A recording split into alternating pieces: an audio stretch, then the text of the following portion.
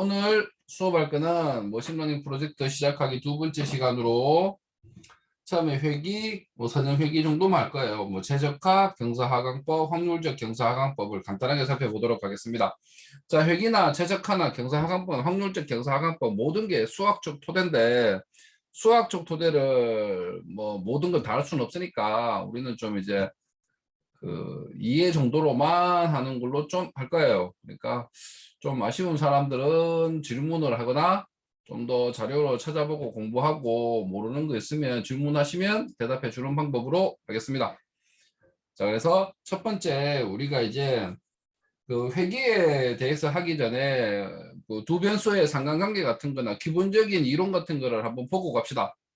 자, 변수는 데이터를 구성하는 항목 중에서 보통 이 식이 주어진다면 x, y를 우리가 변수라고 부르고, 그리고 이제 x하고 이 종속 변수하고 독립 변수가 있는 이 변수 쌍을 우리가 그리고 특질량이라고 부릅니다. 보통 우리가 y를 뭐라 불렀어요? 종속 변수, x를 독립 변수라고 부른다고 저번 시간에 얘기한 것 같습니다. 자, 이렇게 해서 하나 알아두시면 되고, 이제 우리는 기본적인 문형은 이런 형태라고 생각하고 있지만 실제로는 이 형태보다는 좀 더 복잡한 형태를 가질 겁니다. 자, 이제 선형하고 비선형 개념을 조금 알고는 갔으면 좋겠는데, 이게 선형 회귀이기 때문에 두 가지를 간단하게 보면 선형, 비선형을 이제 수학적으로 복잡하게 풀면 매우 힘든데 간단하게만 우리 보도록 하겠습니다. 우선 선형 같은 경우에는 리니얼, 비선형은 넌리니얼이라고 부릅니다. 선형이 가장 쉬운 게 직선이라고 생각하시면 리니얼은 거의 맞습니다. 그리고 비선형, 직선이 아닌 것이 보통 이제 비선형이에요. 요거를 이제 수학적으로 좀 더 증명을 해가지고 이런 거 쓸 거야. FA 더하기 FB는 FA 더하기 B 이런 거 증명하는 것도 있고 다른 수학적인 상관관계를 구해서 구하는 것도 있습니다. 근데 그런 복잡한 거는 생각하지 말고 우리 간단하게 그냥 선형은 보통 직선이라고 생각하시면 거의 맞습니다. 그리고 비선형 같은 경우에는 이제 직선이 아닌 거를 보통 비선형이 됩니다. 그런 것들을 하나 알아보시겠고, 선형으로 우리가 풀어야 되는 이유는 하나밖에 없습니다. 선형이 필요한 이유는 풀이가 쉽고 이게 답니다. 이게 핵심이에요. 풀이가 쉬워요. 선형으로 해야지만 우리가 답을 예측하고 추측하는데 좀 가능해요. 만약에 이게 비선형으로 되어 있다면 이거를 정말로 풀기가 어렵습니다. 왜냐하면 수학적 증명으로 다음 값이 뭐 나올지 만들어내기가 굉장히 어려워요. 그런 특징이 좀 있어가지고 우리는 가능한 비선형 문제를 선형으로 바꿔서 풀이를 많이 할 겁니다. 그래서 이제 나중에 보면 PC에 그런 것도 나오고 자원 축소 그런 말도 나올 거예요. 너무 복잡하게 그려진 비선형들을 선형으로 약간 바꿔서 푸는 방법이에요. 그런 방법들도 차후에 하나씩 배울 테니까 그거 알아두시고, 자, 선형을 좀 쉽게 생각하면 1, 2, 3, 4, 5, 6 이렇게 우리가 무언가를 문제를 풀기 위해서 1, 2, 3, 4, 5, 6 순서대로 하나씩 가는 거를 선형을 생각하시면 되고, 1, 2, 4, 2, 3, 6 같은 순서가 없습니다. 즉 다음에 뭐 나올지 추측하는 게 굉장히 힘들어요. 이것도 어떻게 패턴 같은 거 만들면 되기는 되겠죠. 하지만 풀이가 쉽지를 않다는 거예요. 그래서 우리는 다룰 게 보통 선형을 다룬다는 거 정도 알고 계시고, 비선형이 나오면 어떻게 해서라도 선형화 시켜서 많이 풉니다. 그래야지만 우리가 이제 쉬운 수식도 나오고 이거를 이용해서 최적화도 시킬 수 있고 다음 값 추측도 예측도 할 수 있습니다. 자, 그런 거 하나 좀 알아주시면 좋겠습니다. 자, 그리고 여기 그림도 보시면 선형 같은 경우에는 직선입니다. 그리고 비선형은 이렇게 되어 있는 거예요. 자, 이런 식으로 되어 있는 게 우리가 보통 비선형이라고 생각하시면 됩니다. 그리고 이게 수학적으로 바뀌어가지고 원형이 선형이라는 소리도 없고 비선형이라는 소리도 맞는데 요건 수학적 개념마다 조금만 다른 얘기니까 우리는 요 정도만 할게요. 더 이상 가는 거는 우리가 좀 범위를 넘어서는 것 같아서 선형, 비선형은 간단하게 이렇게 이해해 놓으시면 우리 선에서는 큰 문제는 되지 않습니다. 여기까지만 할 거고. 자, 그리고 이제 혹시나 한 개 알아뒀으면 좋겠다 싶은 것들이 있어서 내가 아까 쑥정이잖아. 이거 한번 살펴보려고. 자, 우리가 보통 y가 오메가 1 x1 더하기 b. 자, 이거 a로 치자. A. 보기 편하게. a라고 이렇게 있는 거를 우리가 보통 이제 많이 다루었습니다. 근데 이게 선형 구조라고 우리가 보통 배웠는데 실질적으로 이게 선형 비선형인지 하나 보면 2x 더하기 3. 그래서 가장 간단한 방법이 이런 것들이 있습니다. x 뭐 이거 왜지? x1 x2가 있으면 자 x1 더하기 x2는 fx1 더하기 x2의 관계를 가지면 보통 선형이라고 보통 많이 부르는 것도 있고 이렇게 규정화됐다는 게 어떤 식이냐면 그림을 한번 그려보면 이거는 뭐 시험 내고 그런 건 아니니까 한번 이해를 삼아 그냥 듣기만 해줘도 돼요. 자 이렇게 되어 있으면 우리가 y는 ax 더하기 b라고 이런 수식이 있으면 요 값과 나중에 생기는 요 값과 요 값들이 있잖아요. A와 A 다시 갈게요. B와 B 다시. 그러니까 XY니까 뭐 C가 있다면 C 다시 했을 때 요 관계가 다 비율이 똑같아요. 즉 선형으로 가는 거예요. 자, 그런데 실제 한번 예를 들어서 한번 볼게요. X가 만약에 Y가 2X3이라는 경우 들었을 때 X1이 1이고 X2가 뭐 2라고 했을 때 그 fx를 구하면 x1이면 5가 되고 x가 2면 이거 얼마 되노? 이거 아니네. 5가 아니네. 얼마고? x1이면 3, 5 맞네. x가 2면 뭐가 되지? 2면 4, 7이 되네. 근데 fx3이라고 했을 때 fx는 얼마가 되지? 3이 6 맞나? 9. 그러면 아까 이게 안 맞다고 했잖아. 맞잖아. 이게 안 맞잖아. 근데 여러분들이 약간 좀 조심해야 될 게 뭐냐면 우리가 이제 선형으로 다루는 것들은 실제 B하고 이런 것들은 편차항이고 실제 우리가 실제 수식을 다루는 거 보면 엡실론 해가지고 이게 오차항이 더 붙습니다. 이것들은 값을 보정하는 역할이에요. 그래서 우리가 이제 선형, 비정 따질 때는 요 오메가 있죠. 오메가가 선형 구조면 됩니다. 요게 중요한 거예요. 그래서 뭐 편차항 같은 거 고민하지 마시고 그러면 이제 한번 간단하게 풀어보면 그러면 x1일 때 1, fx가 얼마 되지? 1이라면 2, x2가 2라면 fx는 4, 아이고 뭐 x3가 3이라면 fx1 더하기 2니까 그럼 f3이 되고 이게 6이 되잖아.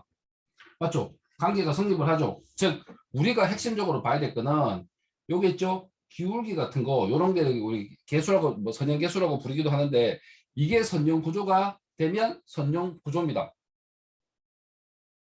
자 그러면 요 비율이 요 수식을 쓰는 이유는 요 비율이 맞다는 것 때문에 이렇게 말하는 거예요. 선형 구조라고 부르는데 뭐 여기까지 있는 건 시험 문제 내고 그런 건 아니니까 이해하는데 좀 도움을 받으라고. 자, 요런 관계가 성립을 하면 나중에 우리가 뭐 하기 편합니까?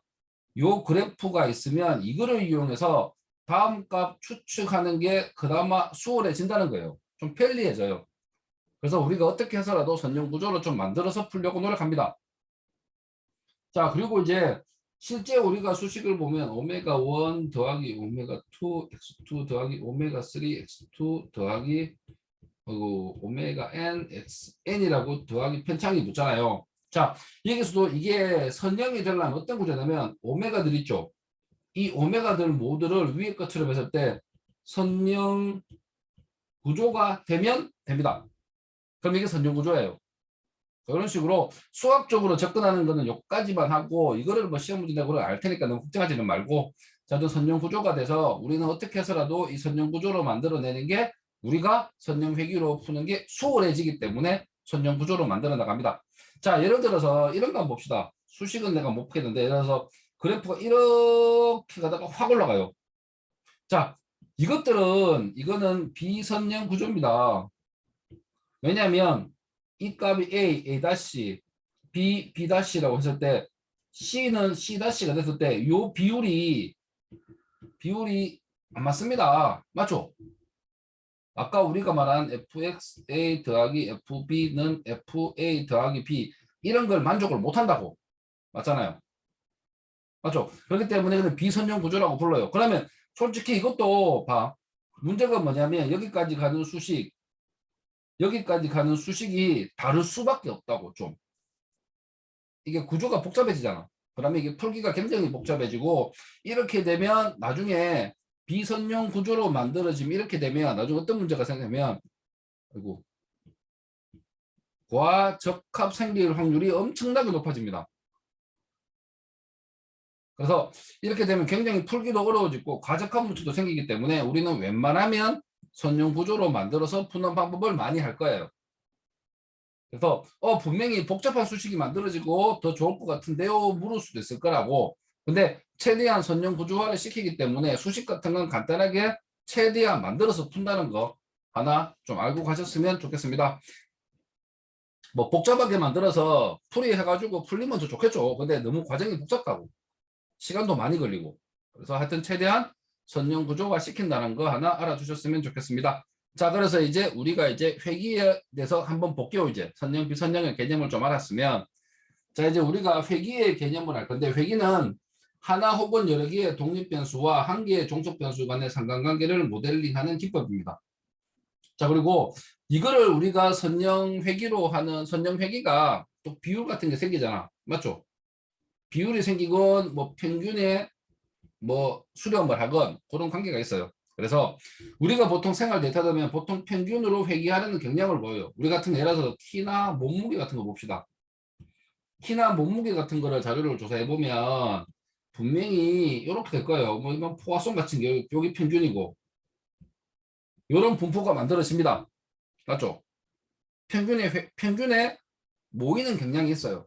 그래서 회귀란 건 데이터 값이 평균과 같은 값으로 일정한 값으로 돌아가려는 경향을 이용한 통계학 기법입니다. 그래서 그걸 회기라고 불러요. 좀 더 우리가 추측을 하기 쉬운 거는 온도를 봅시다. 온도가 변화 추이가 보시면 쭉 이렇게 올라갈 거잖아. 맞죠? 변화가 있을 거라고. 그러면 여기 온도를 예측하기 쉬워. 이게 지금 우리가 추측을 해 선을 만들었거나 선형 회기선을 만들었다면 그 다음에 어떤 온도가 될지 우리가 그 경향이 비율로 넘어가는 경향을 알 수가 있잖아. 그래서 그렇게 보시면 좋겠습니다. 그래서 보통 우리가 주어진 식들은 보통 이런 수식이 지워집니다. y가 종속 변수고 x1부터 x는 독립 변수입니다. 자, 이것들을 우리가 다항 회기라고 부르고, 만약에 y는 오메가 1 x 더하기 b 이런 식으로 되어 있다면 이거는 뭡니까? 이거는 단순 회기라고 부릅니다. 즉 독립 변수가 한 개 있는 거 뒤에 가서 또 얘기할 거니까 이런 것도 하나 알아주시고, 그러면 우리가 회기 문제를 풀기 위해서는 요 수식을 좀 풀어야 돼요. 원래는 풀어야 되니까 이런 유형이라는 거 하나 알아계셨으면 좋겠고, 자, 그 다음에 편차항이 붙고 원래는 오차항이라는 수정 보완이 더 붙습니다. 엡실론이라고 붙는데, 근데 우리는 그까지는 알 필요는 없고, 자, 편차항이 붙는 이유는 많은 이유들이 있지만 주로 쓰는 이유가, 만약에 입력값이 자 x1, x2, x3, 뭐 xn까지 모든 x값이 0이라고 칩시다. 그러면 가중치가 즉 오메가가 어떻게 값이 되더라도 y값은 제로가 돼요. 근데 실제로 그렇게 안 되고, 그럼 이거를 보완해야 돼. 그럼 보완하는 게 편차항이나 오차항 같은 걸 둬서 요거를 좀 보완을 합니다. 자, 그 다음에 이제 우리가 이제 회귀 분석이라는 거를 한번 볼게요. 말이 빠르구나. 회귀 분석. 주어진 데이터로부터 어떤 함수를 만들고, 우리가 해야 되는 게 어떤 함수를 만들고 그 함수로부터 발생하는 잔차가 최소화되도록 함수를 조정하는 게 회귀 분석 기법이에요. 자, 그러면 여기 말인 게 어떤 말인지 한번 차근차근히 보시면, 주어진 데이터가 먼저 주어집니다. 우리한테. 그럼 이 데이터를 이용해서 뭘 만드는 거예요? 이렇게 분포를 찍어봐요. 맞죠? 그 다음에 우리가 해야 될 게 뭡니까? 어떤 함수를 만들어야 돼요? 어떤 함수. 즉, 이걸 말합니다. fx는 ax 더하기 b, 요런 함수 하나를 만들어내야 됩니다. 맞잖아요. 그 다음에 해야 될 게 뭐냐면 잔차라는 게, 자, 회기 직선 등에서 구해지는 추정값과 실제값의 차이를 우리가 레지듀얼이라고 불러요. 자, 그러면 이게 앞에서도 많이 얘기했던 거지만 요 차이가 우리가 레지듀얼이라고 불러요. 잔차라고 부릅니다. 그러면 요 잔차가 우리가 로스라고 부르기도 하고 에러라고 부르기도 하잖아. 그래서 어떤 함수가 y는 a 뭐 자, a로 부르자. ax 더하기 b가 있고 그 다음에 레지듀얼을 뭔데 민으로 만들어 줘야 돼요. 그러면 우리가 썼던 게 뭐였습니까? 즉 이거 yi 빼기 fxi의 제곱 i는 1부터 n까지. 자, 요거의 합을 최소로 만들어주면 된다는 거예요. 맞죠? 그래서 최소값을 만들어주는 게 우리가 요 과정을 하는 게 우리가 회귀 분석이라고 불러요. 실질적으로 우리가 인공지능을 하기 위해서 요거를 해야 된다는 것도 저번에 한번 소스를 봤잖아. 뭐 이렇게 풀이하는 걸 우리가 회귀 분석이라고 부릅니다. 그래서 우리가 지금 일련의 과정들을 쭉 한번 이제 보고 이제는 이거를 실제로 한번 소스화 시켜서도 한번 볼 거예요. 그래서 이런 관계에 있다는 거 하나, 자, 반드시 꼭 기억을 하시고 가시면 좋겠습니다. 그리고 이걸 회기직선했는데 회기직선이 아니라 회기로 표현되는 뭐 다른 많은 회기도 있습니다.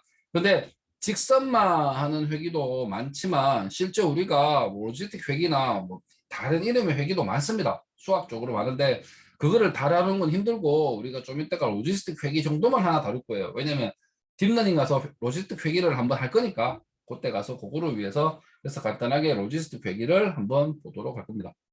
자, 지금 요런 유형을 좀 이제 이해를 하셨으면, 자, 데이터가 들어와서 어떤 함수를 찾아내고, 어떤 함수를 찾아냈으면 이 함수가 이제 우리가 인공지능에서 예측할 수 있는 모델을 만들기 위해서는 뭐 하면 돼요? 이 수식을 만들어 나가야 되는데 어떻게 만드냐? 레지듀얼 이 잔차가 최소가 되도록 요거를 만들어 주면 된다는 거예요. 그래서 요거를 이용해서 이제 뭐 합니까? 요거를 이용해서 요 수식을 계속 수정하다가 언젠가는 어느 값이 딱 수렴을 해요. 그러면 요거다 하고 그 수식을 이용해서 우리가 이제 예측을 하는 게 회귀 분석입니다. 회귀로 실제 하는 거니까. 자, 그 다음에 이제 한번 봐야 될 게 우리가 이제 단순 성형 회귀하고 다중 선형 회귀가 있습니다. 단순 선형 회귀는 독립 변수가 한 개고 종속 변수가 한 개, 종속 변수가 한 개 있는 것들을 우리가 단순 선형 회귀라고 부르고 이런 것들은 보통 직선의 형태를 띄울 수밖에 없잖아. 맞죠? 못 띄는 거고 내가 여기 수식에 보면 요 두 형태를 적어 놓은 이유는 책마다 표현법이 너무나 다르게 적었더라고. 근데 보통 책에서는 앞에 거로 표현하는데 일부 책에서는 이렇게도 표현합니다. 그래서 둘 다 적었으니까 자 그래서 여기 알파가 편차감 같은 거고 여기 엡실론은 이렇게 해가지고 이게 오차율, 오차를 수정하는 값이에요. 오차 수정이니까 오차 수정 목적 오차율 이렇게 해야 되나? 오차율 보완이라고 생각하시면 됩니다.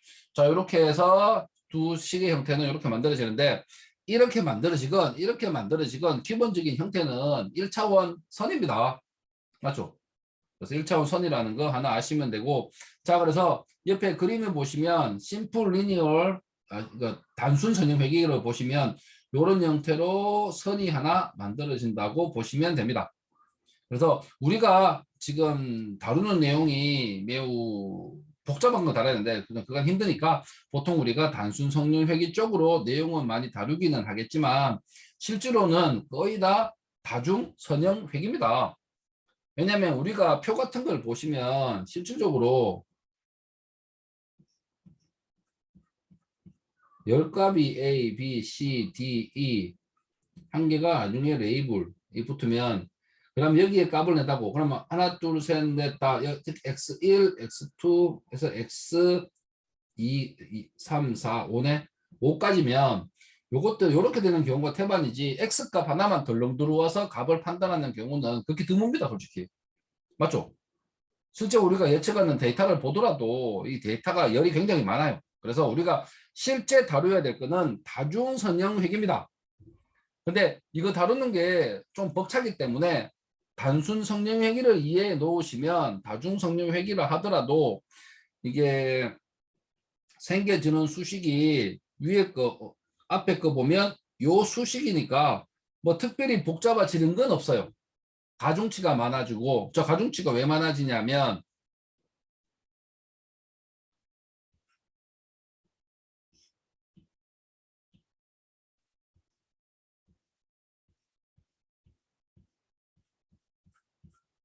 여기에 레이블이라고 하고 x1, x2, x3, x4, x4 갔을 때 요가 자, 이 값과 이 값과 이 값, 이 값이 미치는 영향이 다 달라요. 맞죠? 똑같을 수는 없잖아. 똑같다면 앞에 가중치도 필요 없잖아. 그러면 여기에 가중치, 여기에 가중치, 여기에 가중치, 여기에 가중치를 다 따로 둬야 됩니다. 어쩔 수 없이. 그래서 만들어지는 식이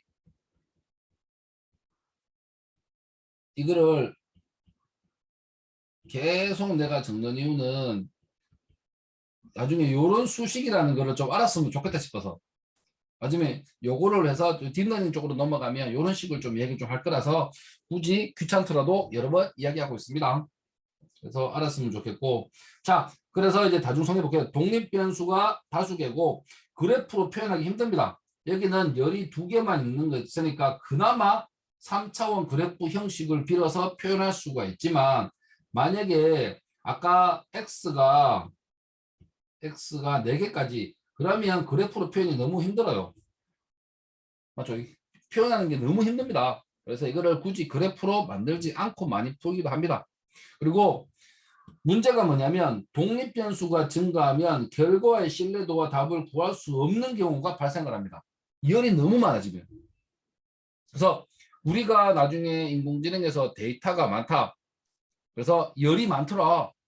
열이 많으니까 좀 더 정확하게 할 수 있겠지가 아니라 오히려 특정 스레시홀드 값 넘어보면 데이터의 정확성이 확 떨어집니다.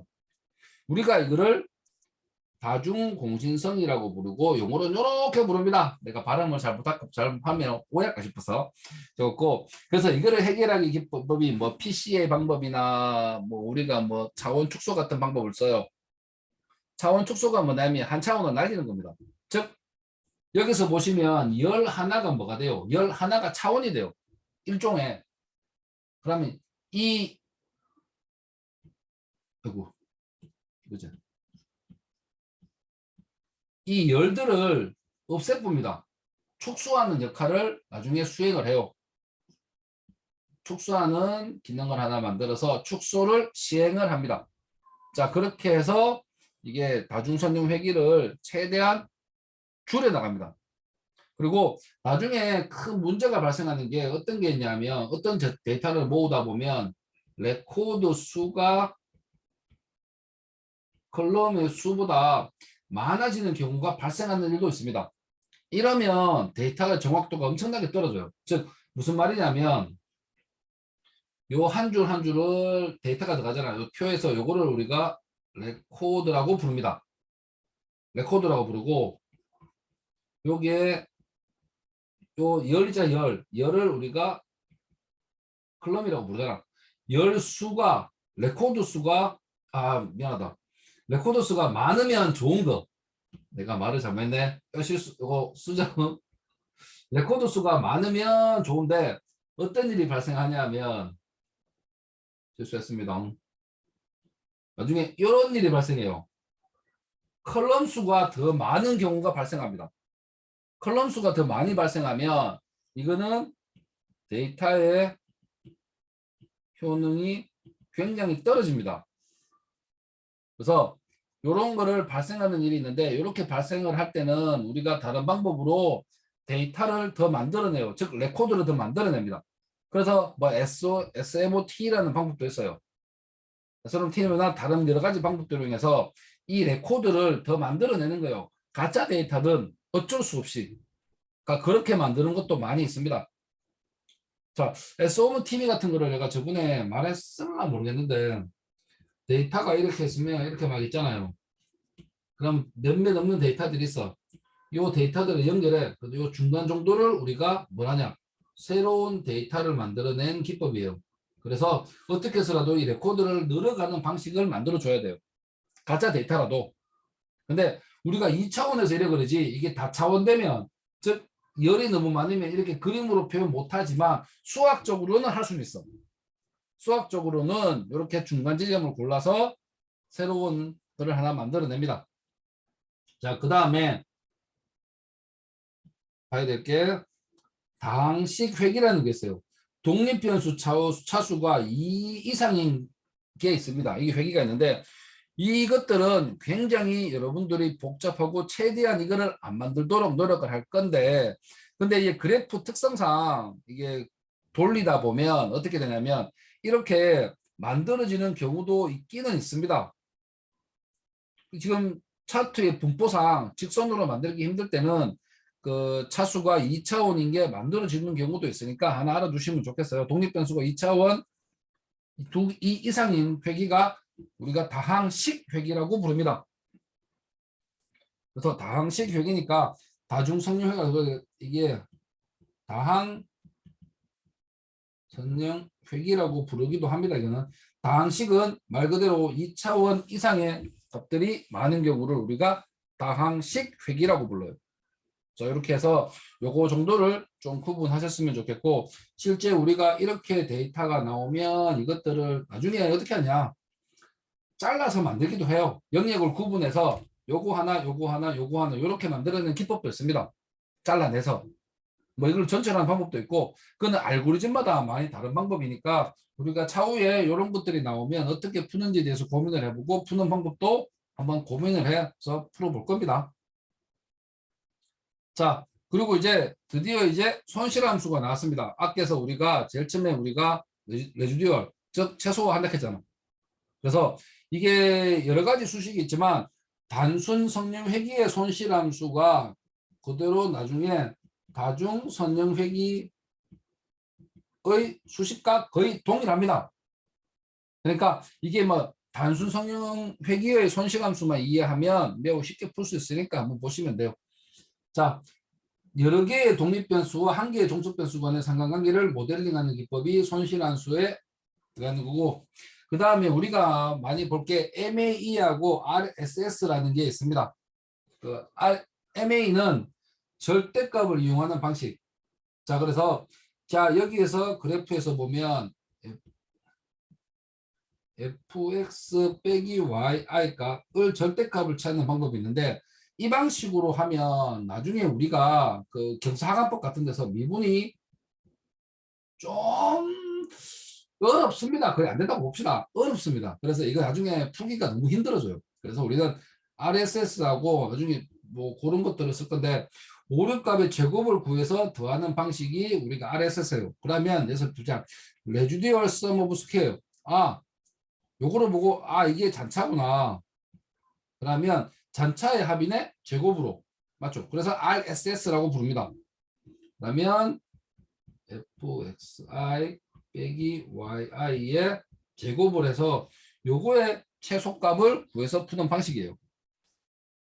보통 이제 우리가 많이 보는 방식은 손실함수는 이런 형태를 가진다고 말하는데 RSS의 공식을 실제로 한번 보시면 가중치가 2개가 있고 이렇게 풀어본다고 보시면 됩니다.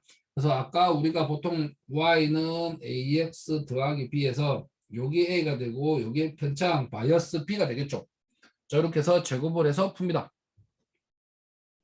그래서 실제 그래프는 이런 식으로 우리가 공식을 만들어내서 각 차이를 이런 식으로 에러를 구한 다음 이거를 제곱을 해서 푸는 방법 RSS 방법을 취한다는 거 꼭 알아두셨으면 좋겠고 그럼 RSS 방법을 취하니까 이 방법이 좋은 이유는 미분이 용이하기 때문입니다.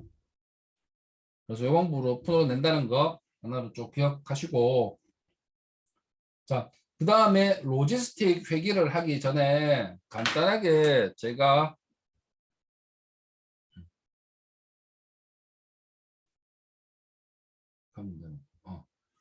자, 요거를 좀 보겠습니다. 제가 아까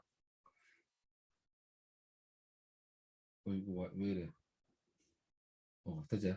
자, 단순 성령 회계를 하나, 소스를 하나 만들어 봤어요. 간단하게 만들어 본 거니까 요거를 좀 보면서 어떻게 돌아가는지에 대해서 간단하게 보는데 뭐 복잡한 거 하나도 없습니다. 정말 간단해요.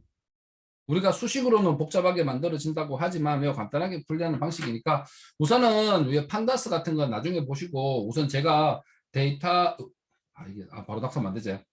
맞다. 자, 데이터가 있으면 그 데이터에서 2번, 3번과 같이 전 데이터를 놓고 그래서 지금 7번 라인이 X를 하나 만들었고 그때 매스가 8, 그 Y1, Y값 하나 만들었습니다. 그리고 여기서 지금 우리가 사이클런이라고 그 인공지능을 우리가 할 수 있는 모듈이 있습니다. 그게 사이클런이에요. 뭐 텐서플로우하고 나중에 다 보여줄 겁니다. 케라스 같은 거 보여줄 거니까.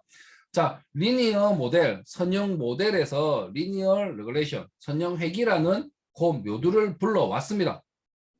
불러와서 지금 선형 11번 라인을 보시면 여기서 이제 혹시 글자는 안 되는구나. 자, 여기서 보시면 잠깐만. 그냥 하자.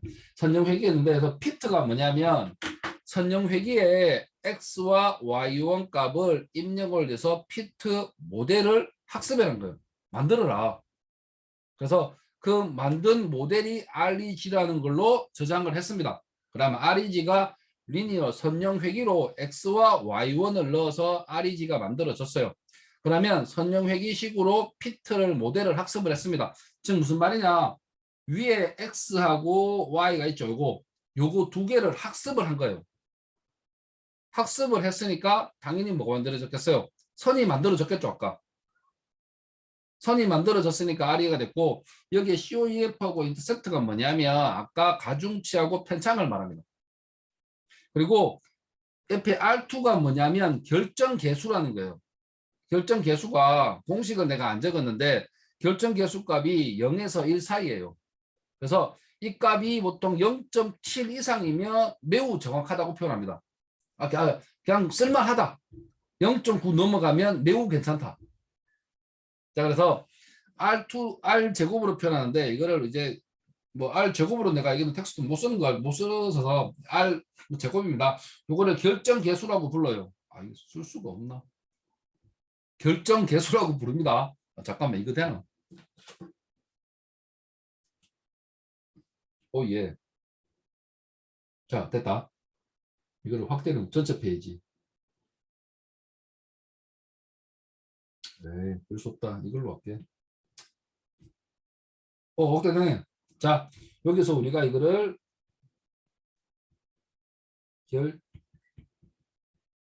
결정계수라고 부릅니다. 나중에 결정계수 같은 걸 이용해서 우리가 뭐냐면 이거를 약간의 뭐 모델이 잘 학습이 되었다, 학습이 잘못되었다 그런 걸 좀 판단할 때 쓸 거예요. 결정계수가 보통 0값에서 1 사이입니다. 보통 우리가 0.7 이상이 되면 좀 뭐랄까 할까? 사용할 수 있다.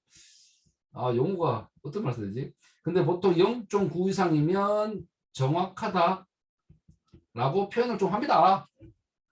결정계수는 공식은 내가 굳이 안 말할게요. 그냥 여러분들이 여기서 스코어 위에서 만든 REG 그 선형 회귀의 이제 결과물 있잖아. 그 모델을 스코어라고 하시면 돼요. 자, 그래서 이걸 돌려보고 수식을 만들어지면 위에 나오는 요 데이터를 기준으로는 요런 1차원 그래프가 하나 1차원 뭐 선형 회귀식이 나옵니다. 자, 그러면 앞에서 우리가 복잡하게 생각을 했지만 실제 인공지능 소스에서는 정말 간단하게 요구 한 줄이면 학습이 끝나요.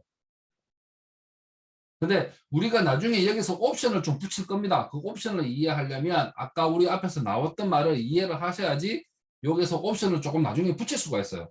그래서 그런 거 하나 두고 그러면 요 수식만 하나 구해냈다면 요 수식을 이용해서 차후에 뭘 할 수 있어요? 딴 것도 할 수 있다는 얘기잖아. 추측도 할 수 있고. 자, 그리고 그래서 식은 이렇게 된다는 거 하나 보시면 좋겠습니다. 자, 그래서 Y2를 수식으로 하나 만들어 놓고 뭘 찍어봤냐 하면 그냥 매트플롯으로 한번 선을 그려봤어요. 이게 안 되는구나 이제. 삭제. 다시 돌아왔습니다. 자, 여기서 보시면 확대가 안 되네. 자, 그래서 18번 라인부터는 소스에 대한 설명이라기보다는 그래프로 한번 찍어봤어요. 내가 만약에 지금 다수로 점으로 찍은 게 뭐냐 하면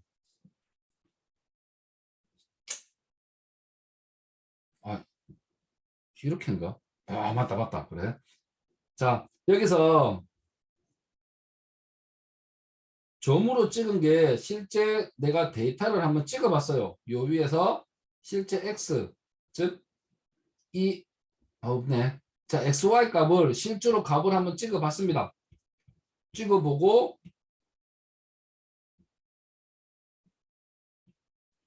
요 그래프는 뭐예요? 요 그래프는 희한하네. 하여튼 요 선은 아까 우리가 리니어 레그레션 해가지고 선형 회계식으로 그 사이클론에서 모듈의 도움을 받아가 만들어 본 선이에요. 그러면 여러분도 보다시피 데이터가 이렇게 분포가 거의 중앙에 정확하게 선이 그려졌습니다. 맞죠? 자, 이거를 결정계수로 구해보니까 0.98 정도 나왔어요. 그러면 매우 우수한 편입니다. 이게 아까도 말했지만 이게 한 0.7 이상이 되면 사용할 수 있다라고 좀 보통은 말합니다. 그나마 값 데이터를 믿을 수 있다. 0.9 이상 되면 매우 우수하다고 생각하시면 돼요. 자, 그래서 우리가 선형회기를 실제로 한번 만들어 봤는데 선형회기를 실제로 한번 만들어 봤지만 자, 이제 다시 돌아오면 실제로 만들어 봤지만 선형회기가 복잡하거나 그러지는 않잖아요. 간단하게 만들 수 있어요. 그 대신 여기 있는 이론들을 나중에 알아야지 우리가 옵션을 붙일 수 있으니까 좀 알고 가시면 좋겠습니다. 자, 이제 선형회기 다음에 로지스틱 회기라는 게 있습니다. 로지스틱 회기에 대해서 한번 보는데 로지스틱 회기가 이거를 이제 선형회기에서 굳이 왜 넣냐 하면 이 중요한 게 개념이 있는데 나중에 딥러닝에서 굉장히 많이 쓰입니다. 그래서 회기라서 회기 수업을 하는 파트에 로지스틱 회기를 한번 넣어봤어요. 그리고 중요한 거는 이거는 회기이지만 분류해서 사용이 돼요. 분류입니다. 분류라는 개념이 어떤 거냐면 선을 끊고 이 영역과 아래 영역을 분리하는 게 여기에 분류 기법입니다.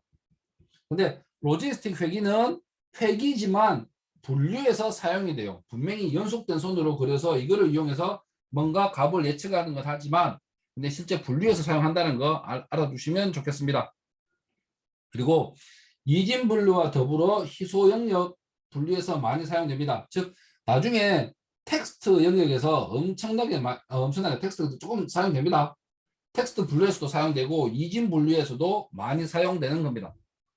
그래서 찬반 예를 들어서 1이냐 0이냐 그런 거 할 때 많이 사용되는 거고 그리고 이제 중요한 것들은 여기서 한번 보시면 로지스틱 회기선을 그리면 이런 식으로 그려지는데 이게 왜 중요한가면 선형 회기의 최적선을 찾는 것이 아니라 우리가 이렇게 점이 위에 찍어지면 yes, no라고 yes, no는 뭡니까? 아이고. 2차원적인 분류입니다. 맞죠? 이진 분류야. 이진 분류인데 이렇게 선을 그어본들 이 예측선이 제대로 그어졌습니까? 두 개를 분류하는 것은 생각보다 힘든 일입니다.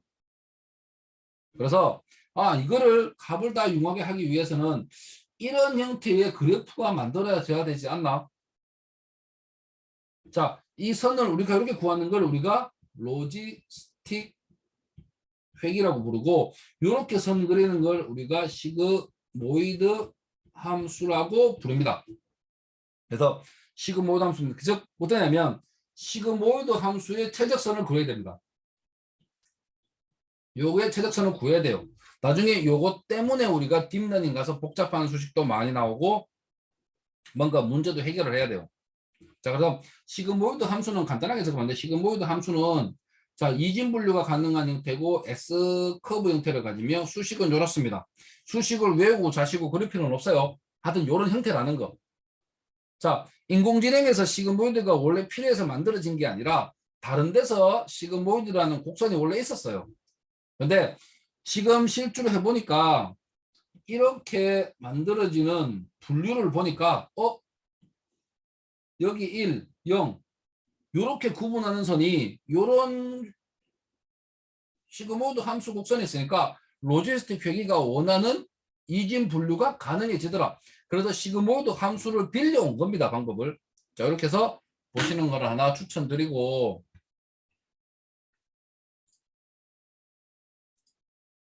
잠깐만.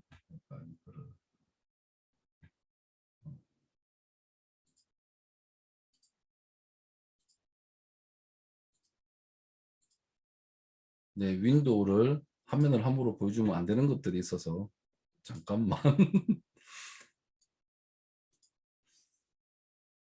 이게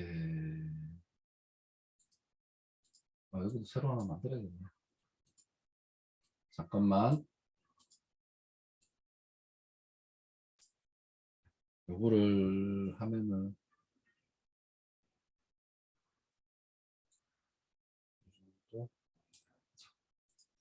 잠깐만 있어 보시면 나중에 시간적인 여유가 생기면 제가 하나 여기서 하나 뭐 나중에 필요하면 이거를 이용해서 하나 뭔가를 보여줄 건데 자, 그냥 매우 쉬운 지오제브라라는 요게 그래프 계산기가 있어. 이거 그래프 계산기인데 요거를 이용해서 우리가 나중에 요 수식을 집어넣으면 화면 보이죠?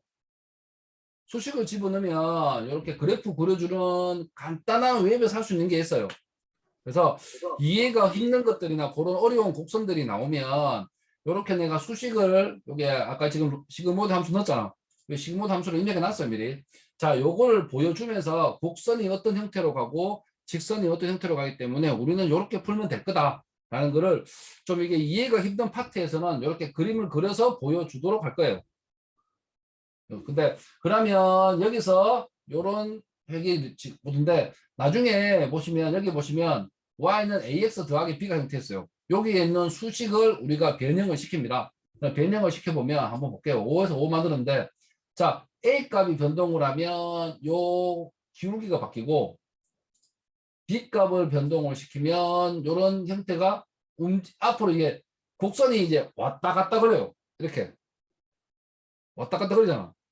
그러니까 그런 것들을 나중에 이제 보면서 좀 어려운 수식 같은 거나 그런 것들이 나오면 수식으로 접근하는 게 아니라 웬만하면 가능하다면 이런 그래프적인 표현으로 좀 설명을 최대한 할 거예요. 그러면 여러분들이 수학으로 접근하면 너무 어려우니까 그렇게 하는 것보다는 이렇게 그래프를 보시면서 접근하는 방법으로 좀 준비를 하도록 하겠습니다. 그래서 지금 로지스틱 회기가 그림이 좀 괜찮아서 요거를 한번 가져와서 한번 그려봤습니다. 하여튼 네, 이렇게 이거 물결치네. 자, A가 변하면 요게 각도 같은 게 되나? 요게 기울기가 좀 바뀌고. 자, 이런 것들을 이용해서 나중에 로지스틱 회기도 우리가 최적화를 해야 돼요. 그러니까 최적화하는 기법을 요게 그래프에서 나중에 빗대어 가지고 설명을 좀 할 겁니다. 그래서 다음에는 이런 그래프 같은 거로 좀 보여준다는 거를 보여주기 위해서 간단하게 한번 만들어 봐서 보여준 거고 다음부터 여러분들도 가능하다면 이런 거를 이용해서 그래프 같은 게 그러니까 이게 어려우면 여기서 그래프를 그려가지고 이해하는 것도 괜찮을 거라고 생각을 합니다. 그래서 그거를 좀 했으면 좋겠고, 자, 이제 다시, 자, 이제 우리가 이제 아까 로지스틱 회계를 이용해서 우리가 뭔가를 좀 프로그램 짜서 보여줄 겁니다. 그거를 하기 전에 기본적으로 우리가 이해에 대한 루틴을 간단하게만 몇 개만 소개할 거예요. 그 소개를 하고 보는데, 자, 우리가 실제 학습을 하기 위해서 우리가 아까 데이터를 모델링은 뭐 데이터를 만들고 데이터를 들고 와서 그 데이터를 인공지능 에이전트를 만들기 위해서 학습을 시킨다고 했잖아요. 아까 피트 하는 거. 그런 거 하기 전에 사전 작업이 있습니다. 그 사전 작업을 한번 보여주고 아까 내가 링크 건 거 그 콜앱 소스 있잖아요. 그 밑에 소스를 조금 설명해 드릴게요. 그 우리가 실제 머신러닝 프로젝트를 시작하기 전에 알아야 될 게 하나가 더 있습니다. 그거를 위해서 간단하게 보여주면 우리가 학습하는 데이터가 있어요. 우리가 학습 데이터가 부르는데 우리가 보통 이제 레이블도 데이터라고 부르기도 하고 학습 데이터라고 부르기도 하는데 우리가 학습을 위해서 트레이닝 셋과 테스트 셋으로 좀 나눴습니다.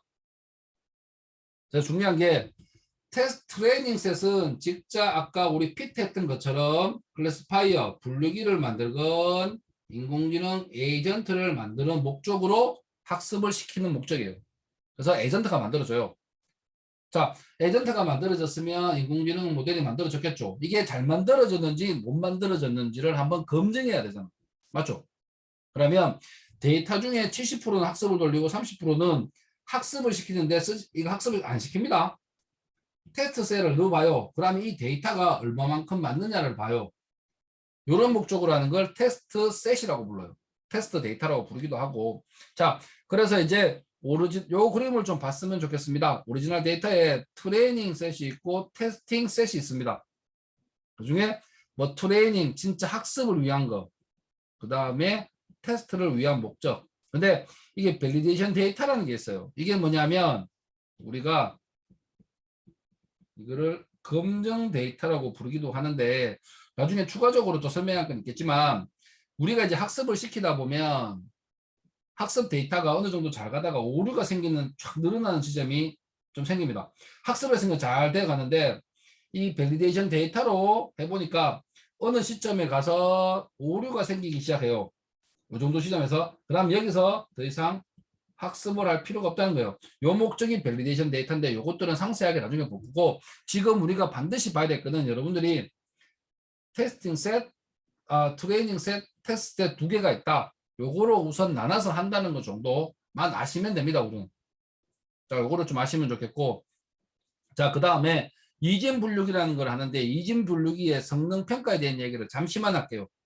자, 그래서 여기서 이진 분류기의 성능 평가를 밑에를 좀 보시면 어떤 걸 하느냐. 자, 실제 우리가 이진 분류기입니다. 이게 이진 분류기는 1, 0, 즉, 뭐, 있다, 없다 정도만 하는 거예요. 자, 그래서 실제 양성, 음성, 예측의 양성, 음성이에요. 자, 실제가 양성인데 예측을 양성했으면 이게 true positive죠. TP라고 부르고 실제 양성인데 예측을 음성으로 했어. 틀린 거잖아. 그래서 위음성, false negative FN이라고 부릅니다. 자, 그 다음에 실제가 음성인데 예측을 양성으로 한 거. 이것도 틀렸잖아. 그래서 false positive, true false. 맞는 거가 맞으면 true, 틀리면 false라고 생각하시면 돼요. 그래서 FP. 자, 이렇게 해서 네 가지를 나누어서 요거를 수치적인 관계를 이용해서 우리가 뭐 만들어 나가요. 그래서 요건 나중에 시간 나면 하겠고 지금 시간 관계상 간단하게만 보겠습니다. 그래서 간단하게 볼게 민감도 요거 하나 볼게요. 민감도가 진 양성률인데 자 실제 양성인 것들 중에 분류기가 양판정한 것의 비율을 우리가 민감도, 재현율, 진 양성률이라고 불러요. 그 다음에 특이도라는 게 뭐냐면 실제 음성인 것들 중에서 분류기가 음성한 거로 판정한 비율입니다. 요거를 우리가 특이도라고 부르고 이렇게 수식으로 만들어져요. 자 보면 수식이 이거는 뭐까지 설명해도 맞잖아. 실제 양성인 것들 중에 뭡니까? 양성으로 판정한 거 비율이니까 요거잖아. 그러면 이거 분의 실제 양성 야를 올리면 되는 거잖아. 이런 간단하게 만들 수 있는 거니까 간단하게 보시면 돼요. 자, 이런 거를 수치화 시켜서 이 정확도를 봅니다. 그래서 뭐 다양한 것들이 있으니까 한번 뭐 보시면 되고 정확도는 전체에서 참으로 판단한 게 뭐가 돼요? 정확도가 되잖아. 맞죠? 전체에서 정말 양성으로 잘 판단한 거 이게 정확도가 되고 이거를 이제 5분율은 정확 1에서 5 정확도를 빼주면 되는 거니까 여기 있는데 실제 우리가 보여줄 거는 ROC 곡선이 있습니다. 요거를 좀 내가 넣어봤거든. ROC 곡선이 뭐냐면 우리가 아까 민감도와 위양성률을 같은 거 비율을 보고 값을 만들어 놨어요. 위 민감도가 좋으면 좋을수록 뭡니까? 민감도가 이거잖아. 민감도가 좋으면 좋을수록 뭐예요? 제대로 판단한 거예요. 그러면 이게 올라갈 거예요. 이게는 올라갈수록 좋은 거고 위양성률이 있습니다. 위양성률은 뭐냐면 실제 음성인 것들 중에서 부르기가 양성으로 판단한 것, 즉 오류입니다. 잘못 판단한 거예요. 맞죠? 그거의 비율을 위양성률이라고 이거는 밑으로 갈수록 좋아요. 근데 실제 이제 우리가 이거를 AUC 곡선인데 실제 이 ROC 곡선을 한번 우리가 테스트 데이터를 찍어봤어요. 찍어보니까 뭐 이렇게 찍힌대요. 그래서 값들이 여러 개 찍히면 막 이렇게 찍힐 거예요. 실제 데이터가 맞는지 틀렸는지. 그러면 이게 나중에 곡선이 이렇게 연결시키면 곡선이 만들어져요. 우리가 이거를 ROC, AUC 곡선이라고 커브가 곡선이니까 그냥 곡선이라고 부릅니다. ROC, AUC 곡선이라고 부르고 그러면 이거 비율이 높을수록 어떻습니까? 그러면 높다는 거는 이게 이 그래프가 최대한 여기에 붙었다는 소리라고. 여기에 붙었다는 거는 뭐예요? 이 민감도가 올라간다는 얘기잖아. 그럼 민감도가 올라간다는 얘기는 정확하게 분류한 얘기라고. 자, 이렇게 해서 이진 분류기는 이런 방법으로 우리가 정확도를 좀 추측을 하고 결정을 합니다. 자, 그래서 이제 다시 요거를 어느 정도 이해했으면 아이고씨, 왜 내려가자. 키보드. 자, 로지스틱 회기 요거를 좀 소스를 설명하려고 아까 테스트 셋하고 좀 보여줬어요. 자, 요 소스를 한번 볼게요. 제일 처음에 사진 찍자 그냥. 사진을 찍어서 좀 할게요. 자, 사진을 찍어서 확대를 시켜서 보면 제일 처음에 사이클론에서 로드 캔슬 해가지고 위스콘스 유방암 데이터셋이라는 걸 SK런에서 기본적으로 제공하는 데이터셋이에요. 테스트하라고 연습하라고 공부하라고 준 셋인데 요거를 들고 와서 자 우리가 이제 로지스틱 회기를 한번 돌려봐서 이 종량이 있다 없다 암이다 아니다 그런 이중 분류를 하고 싶어요. 그래서 로지스틱 회기를 사이클론에서 불러왔습니다. 요거를 쓰겠다. 그 다음에 프리 프로세싱이 사전 처리인데 데이터를 사전 처리하는 거예요. 단서리한데 스탠다드 스케일로 해가지고 데이터의 정규 분포를 만들기 위해서 표준 스케일링을 하고 그 다음에 여러분들이 아까 방금 배운 요게 있습니다. 방금 배운 모델을 셀렉션 하는데 트레이닝 셋 스플릿이 있어요. 요게 뭐냐면 우리 아까 데이터 세트를 뭐로 분류하느냐 아까 트레이닝 셋과 테스트 셋으로 분류하는 역할을 하는 거고 그 다음에 마지막에 보시면 이게 뭐냐면 아까 우리 했는 거 있잖아요. 어큐어런스 정확도하고 ROC, AUC 곡선 요거를 더 정확도를 판단하기 위해서 하나 요게 여러 가지 모듈들을 좀 불러왔습니다. 불러왔고 그 다음에 이제 암 데이터를 불러왔어요. 그냥 단순 데이터 불러온 거예요. 학습을 하라고 사이클론에서 미리 제공하는 거고 자 이제 스탠다드 스케일로 해가지고 아까 이게 정규 분포를 만들기 위해서 평균 데이터 제로 분산 1로 데이터를 불러오고 이것 캔슬 데이터를 뭐합니까? 이제 피트 트랜스폼 데이터를 평균형 분산 1로 만들어 데이터를 변환을 시켰습니다. 자 데이터를 요거를 변환시키는 이유는 저번에 한번 얘기했지 싶은데 그냥 이게 0부터 100 이건 0부터 1 이런 식으로 되면 이거 수치가 비교하기 힘들다고 그래서 뭐 한다 했습니까? 0부터 1 0부터 1 이런 식으로 비율적으로 좀 바꾼 거예요. 정규화한다고 했잖아. 그렇게 해서 바꾼 거고 자 아까 내가 설명을 했던 게 요겁니다. 데이터를 스플릿을 해요. 스플릿은 뭐냐면 처음에 X 트레인, Y 트레인 요게 뭡니까? 학습 데이터 기존 데이터를 그 다음에 테스트 되죠. 요게 지금 뭐냐 하면 테스트 셋, 테스트 데이터입니다. 자, 학습을 시키는데 요렇게 해서 실제 학습은 뭐만 합니까? 실제 학습은 야 2개만 합니다. 테스트 셋은 학습하지 않습니다. 그리고 마지막에 중요한 거 요거만 볼게요. 테스트 사이즈가 0.3이라는 거는 아까 우리 기본적으로 보통 많이 하는 게 트레이닝 셋은 70% 테스트 글자를 왜 이렇게 못 쓰노? 30% 하겠다는 이야기입니다. 그러면 이제 학습할 건 됐어요. 이제 뭐 하면 돼요? 로지스틱 회기로 하면 되잖아. 자, 로지스틱 회기로 한번 돌려보겠습니다. 자, 그래서 로지스틱 회기 하나를 객체를 만들어 놓고 그 다음에 이거를 피트하면 되잖아. 핏이 뭐였습니까? 학습을 하는 거예요. 학습을 뭐라 하면 돼요? X-트레인, Y-트레인 데이터를 학습을 시키면 돼요. 그러면 학습이 됐겠죠. 학습이 된 상황이고 요게 학습이 된 상황입니다. 그리고 프레딕트가 얘기하는 건데 이게 뭐냐면 테스트 셋으로 이게 잘 됐는지 못 만드는지 그 뭐라 하지? 이거를 영어로는 알겠는데 한글로는 이게 뭐라 해야 될까? 검증한다 해야 되나? 검증은 검증 데이터인데 좀 확인하는 거 확인 측정한다 해야 되나? 정확도 같은 거 측정하는 겁니다.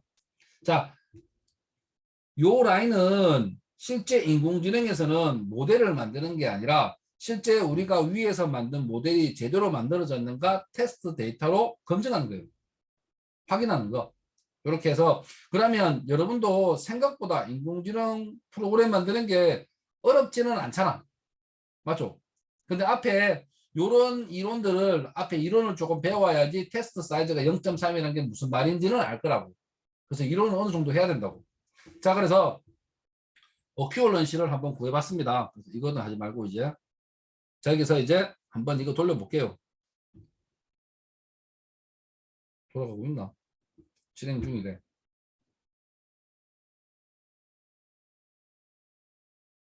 자, 돌아가서 하니까 대략하면 똑같겠지. 0.977 정도로 어큐어런시 정확도가 나오고 아까 ROC, AUC 곡선이 있었잖아. 그게 0.97이라는 게 1에 가까우면 그 1에 가깝다는 소리라고. 0.97이면 굉장히 높은 거예요. 그 그래프가 또 자, 그래프가 여기에 거의 붙었다는 소리입니다. 그러면 정말 이진 분리를 잘했다는 소리라고. 맞죠? 자, 그렇게 해서 하나를 봤으니까 앞에 있는 우리가 시스 소스 올린 거를 한번 보시고 여기에 이론을 조금 안다면 여러분들이 충분히 이 인공지능 에이전트가 만들어진 게 모델이 만들어진 게 그냥 암세포를 보고 와서 이중 분류를 했구나 정도 쉽게 이해할 수 있을 거라 생각합니다. 자, 그래서 이제 여러분들이 간단하게 한번 살펴봤고 그 다음에 이제 경사하강법이라는 걸 한번 볼게요. 자, 최적화 방법인데 최적화 방법 중에 손실함수를 이용하는데 손실함수의 결과값을 최소화하는 모델의 인자를 찾는 게 우리가 목적입니다. 원래 여기보다 몇 개가 더 있습니다. 한 5, 6개 정도 돼요. 그 중에 우리가 살펴볼 거는 일반적으로 많이 쓰는 경사하강법, 그 다음에 확률적 경사하강법, 그 다음에 역전파를 봐야 되는데 역전파는 딥러닝에서 주요 요소이기 때문에 역전파 가서 하겠습니다. 딥러닝 가서 할게요. 그때 가서 역전파가 어떻게 돌아가는지에 대해서 알려줄 겁니다. 그리고 역전파가 얼마나 중요한 역할을 하는지도 알려줘야 됩니다. 자, 그래서 그러면 우리가 지금 앞에서 보니까 뭐 경사하강법을 하는지 확률적 경사하강법 이런 방법은 제시는 안 했지만 디폴트적으로 그냥 돌아가요. 우선은 나중에는 우리가 경사하강법이나 최적화 루틴을 기록해 줄 거예요. 저번에 내가 이거 최적화 루틴에 대해서 설명한 적이 있을 건데 한번 첫 파이썬 소스에 보면 뭐 SGD라고 있었을 겁니다. 옵티마이저 SGD 그게 요겁니다. 지금 확률적 경사하강법이에요. 우리는 그런 옵티마이저 방법을 쓸 거다. 그리고 저거는 간단하게만 할 거고 이게 수학적으로 너무 힘드니까 간단하게만 봅시다. 자, 첫 번째 경사하강법을 봅시다.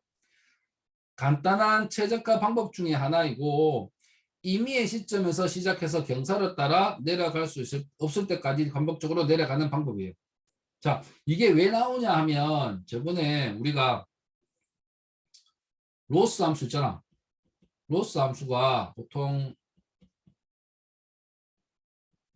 i1 n yi 빼기 fxi 빼기의 제곱 이렇게 만들어진다고 했잖아. 맞죠? 자, 제곱이 있기 때문에 뭘 할 수가 있어요? 제곱이 있기 때문에 우리가 할 수 있는 게 요런 곡선을 만들 수 있다고. 맞죠? 요런 곡선을 만들어서 미분이 편하게 이렇게 미분해서 내려올 거야. 즉 그래서 미분이 용이하게 하기 위해서 우리가 RSS를 쓴다고 했어. 맞죠? 자, 그래서 RSS 방법을 씁니다. 자, 여기서 다시 한번 이제 그 개념을 좀 보시면 처음에는 이제 초기 시점에서 임의의 초기 시점에서 이제 이게 로스 그래프입니다. 로스 그래프라면 하나씩 내려봐요. 내려와 보고 내려와 보고 내려와 보고 내려와 보고 내려와 보고 더 이상 더 이상 갈 데 없네? 마지막 끝나네. 그러면 여기서 더 이상 못 가면 여기서 이제 우리가 뭡니까? 최소값이라고 판단을 합니다. 자, 그래서 요거를 보면 자, 요 그래프는 좀 이따가 잠시만 보고 자, 어떻게 하는지에 대해서 순서적으로 볼게요. 로스 데이터를 간단하게 내가 수식적으로 이렇게 만들었다고 가정이야.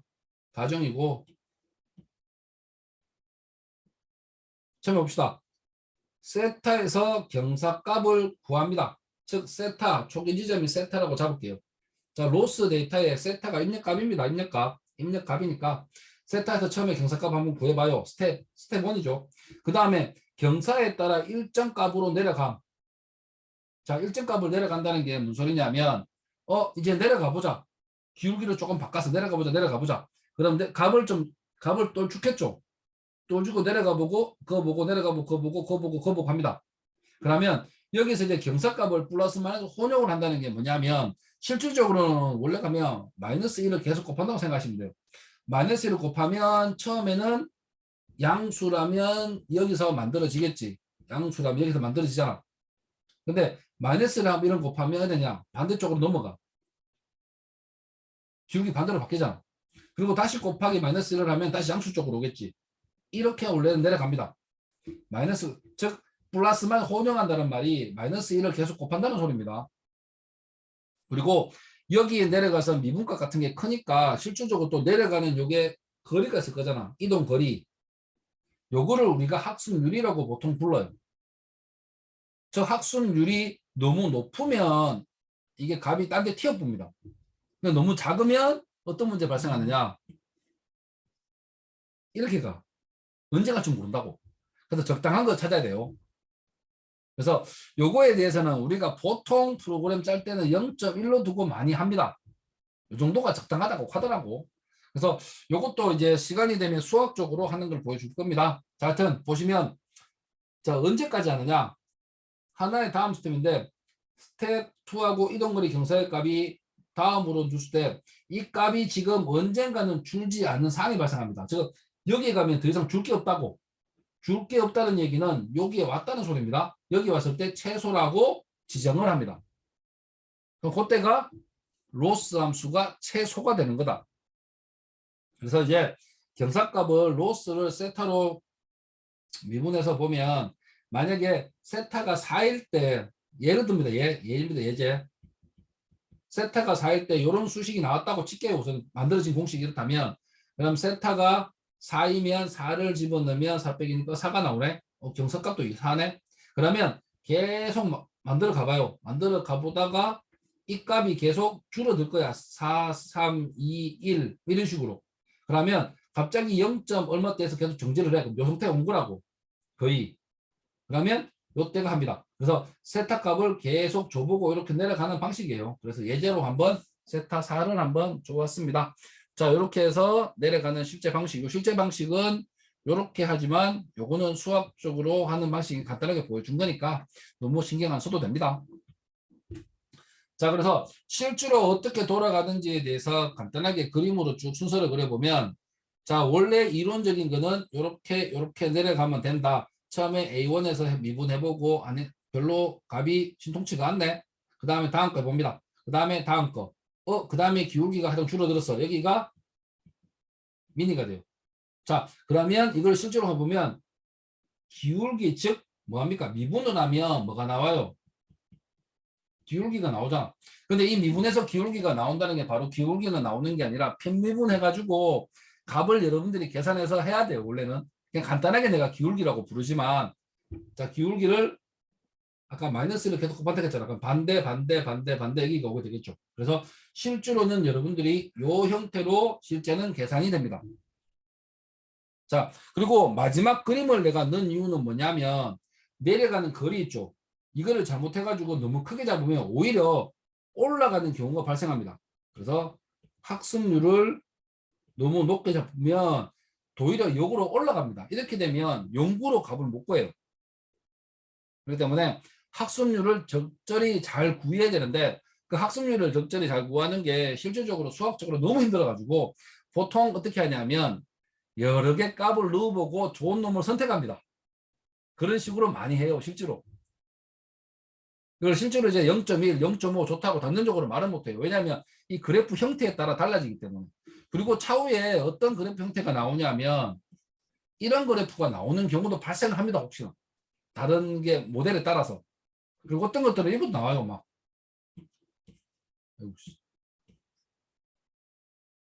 이런 것도 나옵니다.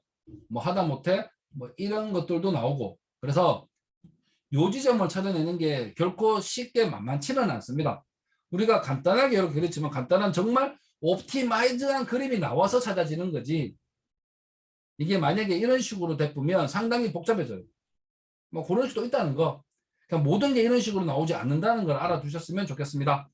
자, 그래서 그다음 RSS를 그려놨고 저번에 학생 한 명이 질문을 했길래 편미분한 값을 한번 적어봤습니다. 편미분을 했어요. 편미분 값을 적어봤으니까 이거 편미분을 굳이 내가 해야 되나? 한번 봅시다. n 아이고 편미분 편미분 혹시나 한번 적어봤어. 자 yi를 뒤로 돌리자. 음수가 나면 좀 불편하니까 ax 더하기 b i라고 하고 더하기 빼기지. 빼기 yi의 제곱. 자, 요거를 이제 편미분해야 돼. 즉 a에 대해서 미분하자. 그러면 이런 미분하면 이거 전체를 미분해야 되나? 맞자. 미분하면 A 바뀌노. 2가 앞으로 빠지니까 n분의 2 axi 더하기 b 빼기 yi 그 다음에 뭐 만들어주노?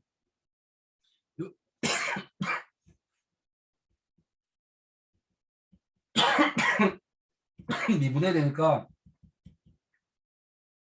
아이고 미분하니까xi만 남네. 자, 이런 식으로 미분됩니다. 그래서 요게 a에 대해서 미분한 값입니다. 요거와 요 이거 실제로 요거 두 개 값을 가지고 실제 우리가 이게 기울기라고 표현했지만 이 값을 가지고 내가 값이 적어지는지 줄어드는지 어떤 방식으로 요 방법으로 비교를 합니다. 실제로는 내가 간단하게 기울기라고 했지만 요런 루틴으로 원래 만들어져요. 그래서 이게 수식이 복잡해서 그냥 로스라는 함수로 표현을 했습니다. 세타가 뭐냐 하면 A와 B 둘 다 넣은 값을 말해요. 이렇게 해서 간단하게 한번 풀어봤고 그러면 편미분에서 푼다는 건데 이거 편미분 시험 문제 내고 그러진 않을 테니까 그럼 걱정하지 말고 편미분을 시켜봤습니다. 그래서 편미분 시킨 값 요거와 A와 B를 요거를 A, B라는 걸로 위에서 이 수식을 이용해서 아까 스텝을 나눠서 값이 더 이상 변하지 않을 때까지 계속 내려가 봅니다. 근데 수학적으로는 그렇게 풀지만 쉽게 설명하면 기울기라고 좀 생각하셔도 거의 무방합니다. B가 엄청나게 많은 영향을 못 줘, 솔직히. A가 영향을 많이 주니까 보통 A가 기울기잖아. 그래서 그냥 기울기라고 말은 하지만 실제로는 이런 루틴으로 돌아간다는 것 정도는 뭐 알면 좋고 몰라도 근데 컴퓨터 학부나 이거는 전공하려고 하면 요 수식도 다 알아야 돼요. 요거 제대로 이해하고 써먹으려면, 근데 우리는 그 정도까지는 아니고 전공으로 깊은 전공은 아니잖아. 그래서 요런 거 정도를 그냥 미분해서 구하는구나 정도만 알면 좀 좋겠습니다. 저번에 이걸 안 적으려고 했는데 질문이 저번에 학생이 올렸는데 요거를 한번 뭐 미분해 봤습니다. 그래서 이렇게 해서 푼다는 거 정도만 아시면 좋겠고, 자, 그 다음에 이제 확률적 경사하강법이라고 해서 우리가 SGD라는 게 있습니다. 실제로 SGD 많이 씁니다. 그리고 저번에 인자의 IR 0.1 혹시 기억납니까? 내가 예전에 파이썬 소스에서 보여준 거, 이게 학습률입니다. 학습률이 뭐냐면 내려가는 정도예요. 이게. 즉 나온 결과값을 너무 크기 때문에 좀 크게 나와요. 그래서 요 값을 줄이는 게 어떻게 되면 내려가는 요거 경사를 내려가는 요 거리를 만들어 주는 게 학습률이 돼요. 결론적으로. 학습률이란 건데 요거에 대한 이야기는 차후에 좀 시간이 있으면 다시 설명을 할 건데, 학습률이라는 건 요런 개념이다 정도만 하고 넘어갈게요. 우선. 자, 이제 한번 봅시다. 확률적 경상화법은 전체 데이터에 대해서 최적화를 수행하면 시간적으로 너무 많은 시간이 필요합니다. 그래서 전체를 다려 돌리는 게 나쁜 거는 아니에요. 솔직히. 시간은 걸리지만 정확도는 오히려 올라갈 수는 있습니다. 근데 그렇게 하니까 너무 시간도 걸리고 문제가 있다. 그렇게 하지 말자. 일부 데이터만 손실한 수와 1차 미분값을 이용해 근사값을 계산하자입니다. 근사값으로 하자는 거예요. 일부만 뽑아내서. 이게 원래 몬테카를로하고 좀 비슷한 거예요. 뭐 예를 들어서 어떤 예를 썼냐면 지금 여기에서 평균을 구해야 돼. 이게 만약에 1000만 명 돼요. 요 중에서 이 일부만 빼내서 야의 평균을 구하니까 실제 이 전체 평균하고 비슷하다는 거예요. 이런 법칙을 좀 이용한 거예요. 근데 똑같지는 않을 거예요. 맞겠죠? 자, 전체를 하는 거는 솔직히 너무 벅찹니다. 소스도 모자랄 수도 있고. 그래서 이 데이터 일부만 빼내서 평균을 구해보니까 전체하고 비슷하더라. 이런 개념을 해서 출발한 겁니다. 오타입니다. 오타. SGD는 확률적 경사 그래프는 경사관법은 특정 n개의 샘플을 뽑아서 계산에 적용하는데, 근데 데이터를 선택하는데 미니 배치 SDGD를 사용을 해요. 특정 구간에서 전체하기 힘드니까 특정 구간을 잘라놔서 거기서 이제 SG 데이터를 특정 구간, 아이고, 특정 구간에서 뽑아서 합니다. 그리고 자, 여기서 제가 저번에 내가 에포크하고 미니 배치에 대한 설명을 했는지는 모르겠지만, 간단하게 말하면 에포크는 전체 학습하는 전체 데이터 있죠. 이거 전체가 한번 학습하는 시간이 우리가 에포크라고 불러요. 그리고 내 시스템 설정상 한목에 처리할 수 있는 데이터가 정해져 있을 거라고. 이 전체 데이터가 한목에 들어갈 수는 없잖아. 맞죠? 내가 소화할 수 있는 최대한의 데이터를 받아들일 수 있는 양, 그거를 보통 우리가 미니 배치라고 불러요. 한목에 들어가는 데이터에서 SGD 기법을 사용하는 방법을 많이 씁니다.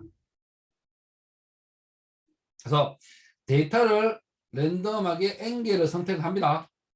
그리고 반복적으로 요 루틴을 반복해요. 자, 랜덤하게 선택한 n개의 데이터의 1차 대응성 미분값을 평균을 구해요.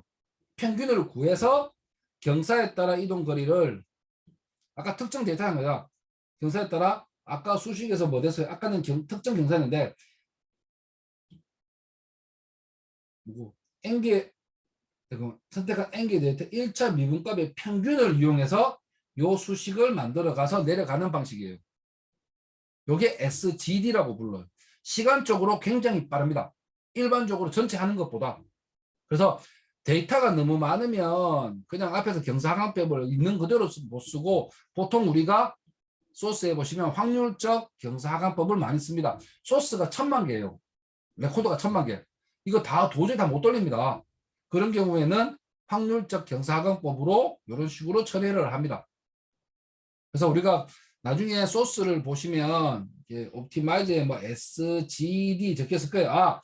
그러면 확률적 경사하강법으로 최적화를 하는구나 라고 생각하시면 돼요. n개의 데이터를 뽑아서 했기 때문에 속도는 빠르겠지만 어느 정도 약간의 계산상 미스는 생길 수 있습니다. 큰 수는 아닐 거예요. 그리고 아까 우리 수식 있잖아요. 이 수식에서 여기 평균이 돼요. 그래서 손실함수의 출력값이 많이 줄어드는지를 보고 판단을 해 갑니다.